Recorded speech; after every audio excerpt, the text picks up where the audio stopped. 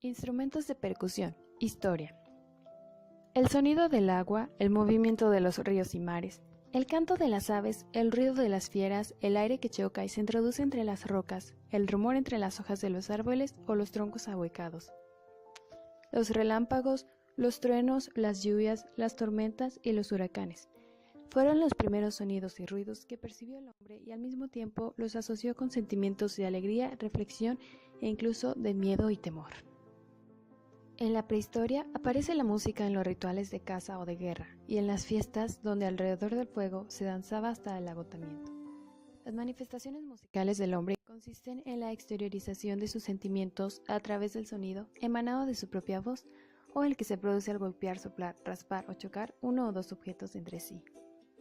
De los primeros instrumentos que crearon forman parte del grupo de los autófonos, que son aquellos que producen sonidos por medio de la materia con la que están construidos, ya sea hueso contra piedra, y los membranófonos, hechos con una membrana tirante sobre una nuez de coco, un recipiente cualquiera o una verdadera y auténtica caja de resonancia. No obstante, la familia de la percusión no comenzaría hasta el siglo XV. Con la conquista de Constantinopla por los turcos en 1433 comienza a tomar forma la historia de los instrumentos de percusión. Gracias a la música militar turca en Europa, los triángulos, címbalos y tambores de resonancia comienzan a sonar y se extenderían por toda Europa tras la derrota del Imperio turco hacia 1700. Los instrumentos de percusión en esta época fueron usados para insinuar lugares o cosas concretas, oriente, militar, etc., y utilizados como timbres etéreos de tono y de color a finales del siglo XIX, cuando a la escuela impresionista se incorporaron Debussy y Ravel, que junto a Rimsky-Korsakov abrieron paso a la percusión moderna.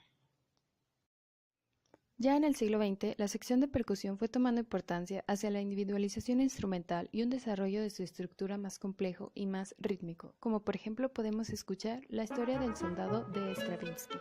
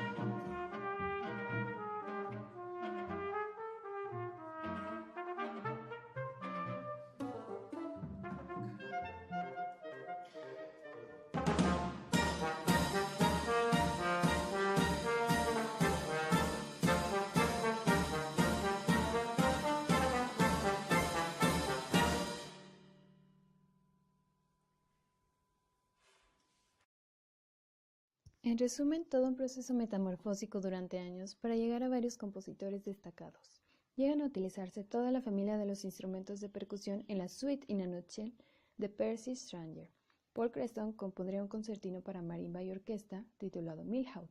Erik Satie emplearía una máquina de escribir como instrumento de percusión en Parad.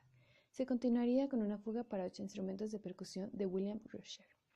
Dinik Pololánik daría importancia a la percusión en scherzo contrario y Karel Riner compondría concertante para percusión, toda una evolución hasta la percusión que conocemos en la actualidad.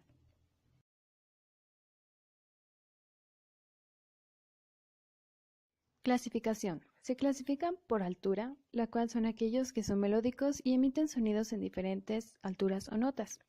Están los determinados, que son los timbales, lira para bandas, campanólogo, carillón, glockenspiel, vibráfono, xilófono, marimba, celesta, entre otros. Y los de altura indeterminada, que son tambor, caja, bombo, bongoes, congas, tom-tom, pandero, triángulo, platos, tam-tam, cencerro, cascabeles, yunque, castañuelas, maracas, entre otros. Y son rítmicos y no pueden emitir diferentes notas. Membranófonos o membráfonos, aquellos que tienen parches o membranas como los tambores, timbales, tambor de tirantes o instrumentos afines, que son tambor de tirantes, caja, tambor militar, tambor tenor, tamboril y tom-tom. Idiófonos, aquellos que no tienen parche, como son los platillos, las castañuelas, las claves, timbre, caja china, maracas, güiro, cencerro, xilófono, vibráfono, marimba, glockenspiel, címbalos, triángulo, entre otros. Metalófonos, aquellos hechos con metales, cobre, bronce, etc., como el triángulo, los platillos, campanas tubulares, cencerro, xilófono, vibráfono, entre otros.